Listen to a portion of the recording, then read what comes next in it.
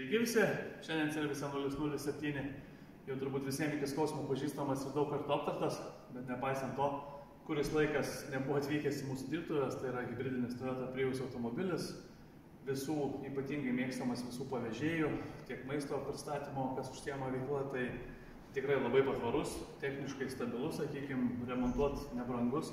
Na ir be abejonės pliusas ir tas, kad puikiai važiuojantis dujomis. Tai šiam automobiliui sumontavom kokybišką Landrenzo dujinės įrangos komplektą. Komplektas trumpai yra montuojamas toks, tai pats valdymo blokas Landrenzo EVO-BD sumontuojamas štai šitoje vietoje.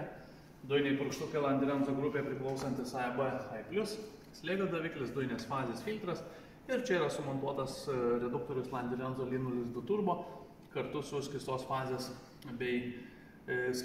filtrų bei dujų vožtuvų Landrenzo. Tai viskas sumontuota taip, kad būtų lengva prieiti, lengva aptarnauti. Na, kaip žinia, kaip minėjau, automobiliai yra rekordininkų, kurie beveik 200 000 per metus sugeba nuvažiuoti, tai be abejonės aptarnavimas, tas greitas, paprastas, kiek įmanoma paprastesnis, pigesnis, tuo pačiu aptarnavimas be abejonės irgi yra didelis prioritetas. Dujinės įrangos saugiklis yra išvestas štai šitoje vietoje, tam, kad būtų galima nesunkiai rodyti, apžiūros metu dažniausiai tą reikia padaryti. Na, o visi dujinės įrangos Landrenzo montavimo darbai Service 007 atliekami pagal gamintojo standartus, tai yra naudojamos specialios apsauginės gofros, spyruoklinės sąvaržos, gamykliniai laikikliai. Visą tai leidžia išpildyti ir padaryti variklio skyrių tiek estetiškai tvarkingą, tiek be abejonės ir apsaugoti nuo temperatūros bei vibracinių poveikių tiek dujinės žarnas, tiek laidus ir panašiai.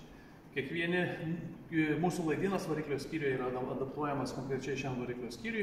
Tai reiškia, kad visų laidų ilgiai yra parenkami tokie, kokie jie turi būti. Jie yra įvelkami apsauginės gofras, tas gofras dar yra izoliuojamos. Lygiai taip pat yra padaryta viskas ir pačiame variklio skyriuje su originaliais laidais. Tai stengiamės, kad visą tai atrodytų kiek įmanoma artimiau tą gamyklinį vaizdą. Be abejonės viskas gaus dulkių, išsilygins ir tikrai atrodys viskas taip, kaip čia yra buvę ir iš gamyklos išvažiavę. Tai tiek būtų apie patį variklio skyrių. Dujų perjungimo mygtuką sumontavome centrinėje konsolėje, pridėsiu nuotrauką, matysit. Dujų pildymas padaromas prie benzino užpildymo vietos, atsidaro, įsisukam perėjimą, kurį duodam ir užsipilam dujų, atlikę viską uždarom, tikrai labai patogu. Na ir dujų balionas čia yra sumontuotas Tako, tai yra vienas iš kokybiškiausių balionų rinkoje gamintojų, tai yra 47 litrų balionas, kuris čia puikiausiai telpa. Gražiai po šito dangčiu, dar ir turim vietos išnaudoti kažkokiam susidėti daiktam, kaip pavyzdys, ar ne? Tai viskas gražiai užsidaro, lygų gražu, o patį atsarginį ratą įdėjom į dėklą, tai jau pats klientas nuspręs, ar jisai norės vežiotis ar ne, paprastai jo nesivežioja.